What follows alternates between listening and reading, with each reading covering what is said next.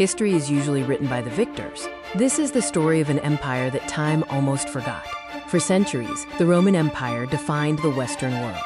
But before Rome could rule, it had to destroy the only power that could stop it. This is the story of Rome's great rival, the Masters of the Sea, the empire that time almost forgot.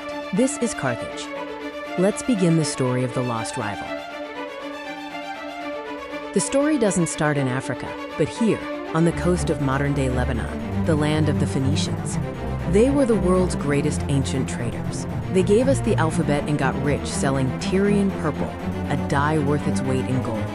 Around 814 BCE, led by Queen Dido, Phoenician settlers landed on the North African coast, calling their new home Carthage, which meant new city.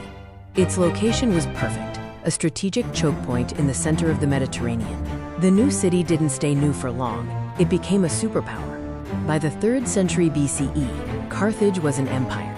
They controlled the sea lanes, the silver mines of Spain, and the grain of North Africa.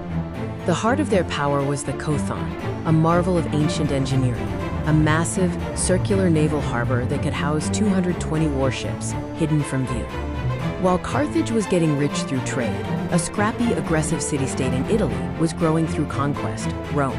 A clash was inevitable. These were the Punic Wars. The First War was a brutal 23-year stalemate over Sicily.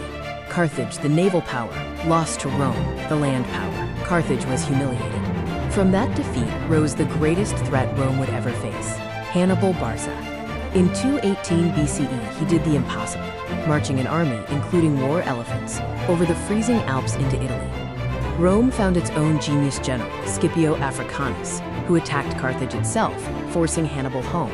At the Battle of Zama, Hannibal lost. Carthage surrendered. Its golden age was over. Carthage was stripped of its empire, but it still existed. For some Romans, that was enough. Senator Cato the Elder ended every speech with, "Carthago delenda est." Carthage must be destroyed. In 146 BCE, Rome finally followed through. After a 3-year siege, they breached the walls. The fighting was street by street for 6 days. The city was burned to the ground. Its 50,000 surviving citizens were sold into slavery. The 700-year-old metropolis vanished from the map. The reality was total annihilation. Because Rome wrote the history books, we often view Carthage as the villain in Rome's hero story. But their legacy remained. They pioneered agricultural techniques Rome later adopted.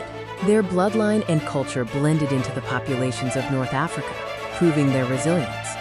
If a few battles had gone differently, the world today might speak Punic instead of languages derived from Latin. Carthage proves that even the greatest empires can fall, leaving only echoes in the sand.